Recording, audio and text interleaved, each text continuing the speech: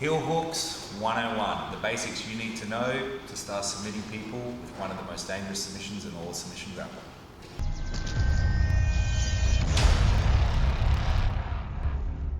Alright guys, Coach Tom here. I'm here today with Guy. We're going to have a look at basic heel hooks.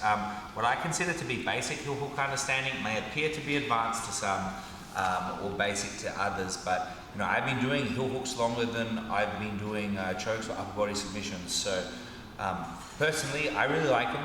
I think everybody likes them that really knows them. And so we're going to have a look at a really sound way to approach the legs that's going to be effective and safe, both positionally for you and also for your partner so they don't get injured.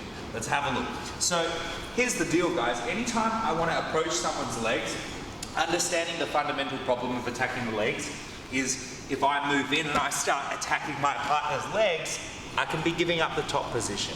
So it's very important that we learn a way to attack the legs, preferably from the bottom, but if we attack from the top, it becomes crucial that we still focus on position before submission.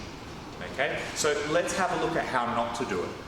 Grab a foot and I just sort of fall back like this and I let a guy up on top of me. This is not going to be a smart thing for me to do. Now, if I was to attack from the top, I'm going to come in and be narrow, okay? I'm going to control the position and I'm going to make sure he can't come up with me, okay? I'm in control here. If I wish to get up and now start passing, I can. So, before we start ripping this guy's leg apart, we need to understand that we can't give up position. Position before submission is just as true with leg locks as anything. But we're not talking about mount or side control now with our positions. We're talking about leg lock positions, so let's have a look at them. The first one most people get into is a basic ashigarami, where we've got a foot in the hip. Especially guys, once you start heel hooking, you can put it a bit closer to the center line because you're not worried about reaping. And we're going to tie our knee to the foot. Personally, I put my foot on this side, okay, so I can get a better clamp on the knee. Some prefer this side, but so it's harder for him to pummel his leg in, but then I feel my knee isn't clamped, so each to their own. From this position, we can upgrade our position.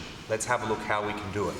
We can upgrade by locking our legs off this way. This is actually the way that I finish a lot of my heel hooks, although we can make it even more robust, of course, by moving his heel over and protecting my feet while I leave his heel exposed.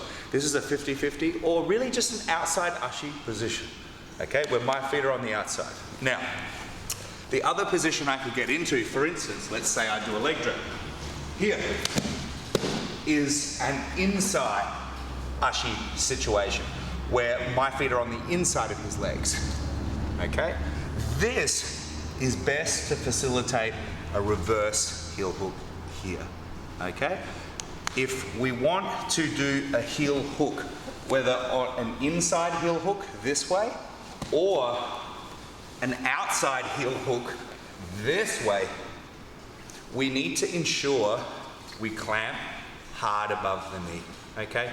You're gonna have your downstream control down. I'll show you how in a minute. But we must control the knee. This becomes in particular crucial if we want to break this thing, not just tap a guy straight in his knee, actually rip apart that knee, but also when we want to keep him safe, which is probably more important. So let's get ourselves in a position and have a look at the heel hook mechanics. So if I'm here in a normal ashigarami, the first thing I need to do is see his heel. We've looked at this in the defense video too. So the first thing I can do, I can grab, don't grab too hard, but I like to grab right there behind the knee, and I can move my body out. Boom, like this. So my knees face up. Now my heel can cross the center line, which will expose his toes. I line my forearm up with his foot, I plant my fulcrum, and I'm gonna squeeze my knees together. Okay, so this would be a case of an outside heel hook. Now, if I didn't control his knee, okay, he would just turn out of this. So it's important that we understand that we need to stop that rotation. So if we go for an outside heel hook from a plain ashigarami like this, I expose his heel, I get it, we can now look at upgrading our position. So we can lock it off this way, okay? But I can also lock it off this way. Now what you can't see here is this tightening up like a vice, okay? If I can control the knee and stop that from moving, when I use this as a lever to turn the tib and fib, I'm gonna blow that knee apart. So when we want heel hooks, what do we want? First of all, we don't want to give up position.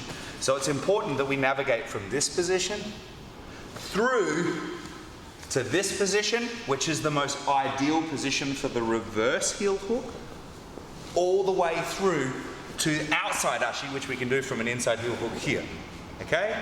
Very good position. When it comes to actually finishing the heel, remember guys, don't turn like this. This is nonsense. Get your lock, plant your fulcrum, squeeze the knee. Hold it tight. You should move, and I'll do this very slowly for my partner here, you should move fractions of a millimeter, okay? If it's loose, I'll have to move feet. But when I tighten it up here, okay, it's fractions of a millimeter, right? Like maybe a couple of millimeters, you know, 1/4 of an inch at most. And that's when it's going to be very tight, okay? So to practice these safely at my gym, we'll get it like this, and we'll say catch, and then he's got a couple of seconds to escape. I won't apply, he tries to escape, a couple of seconds, he gets to learn the position, and then we go, all right, nice work, man. Okay, let's roll again. So understanding that when we want to heel hook someone, we need to have a few things. One is control of the position, which means an ashigarami, straight, inside, outside. We're going to have the foot either on this side or this side. If it's on this side, we would attack the outside heel hook. If it's on this side, we would attack the inside heel hook. But as our partners get better, and we have a video on how to hide your heels, you'll notice that if he hides it on one side, so if I've got my partner here, and let's say I put him over on this position here, and he's hiding his heel from me, so he's turning his heel away, okay?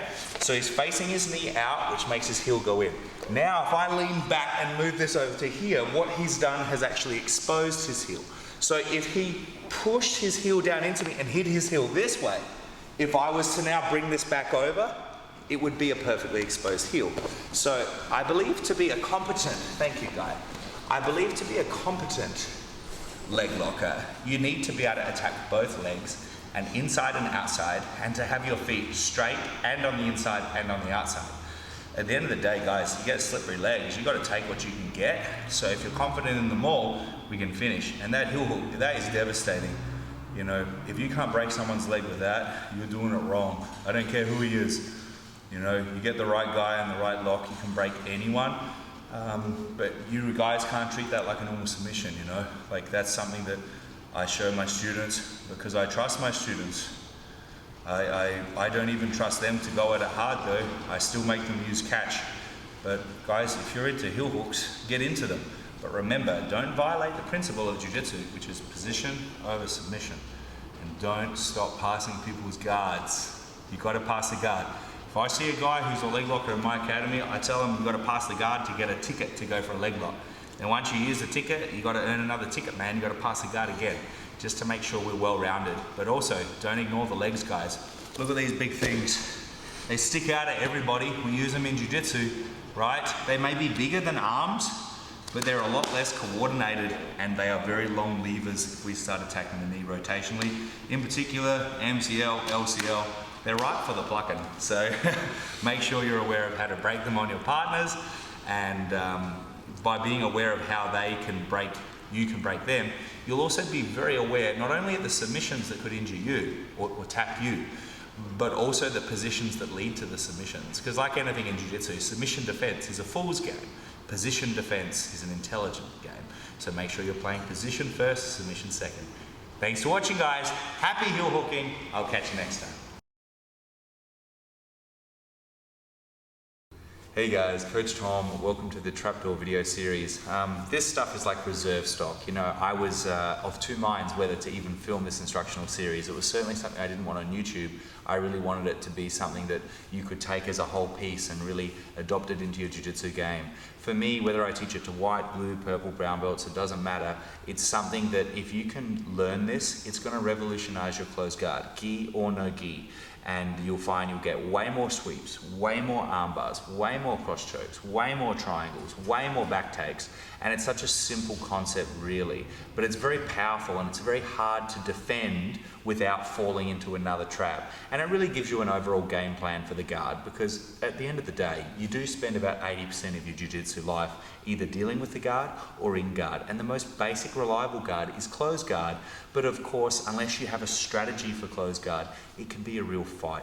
So I hope you enjoy this video, guys. Don't forget you need to rep this. My opinion would be to try to do 10 reps of every technique minimum, and then try just 1 or 2 techniques per rolling session. Just try to get your reps in. If you fail 20 times at a technique, that is a success. That's what I tell all my students. When you try a new move, try to fail 20 times at it, and in the process of trying to achieve 20 failures, you're going to have some great successes. And of course, it can be quite hard to fail at something 20 times, but the very nature of attempting to fail 20 times is going to put you on the path to success. So enjoy this trapdoor system, guys. Teach it to your training partners, teach them how to defend against it so it can beef up your own skill set with the trapdoor system. I do give credit to one of my coaches, John Will, who really named the system as the trapdoor system. It's quite a simple concept, but it was something that he really got my mind running on this. So I really give him a lot of credit for this, and I hope you guys enjoy it. It works for me, it works for my students, it works on the mat, it works with MMA, it works on the streets, it works in all arenas, and I really hope you enjoy it. Thanks for watching, guys. Enjoy the series.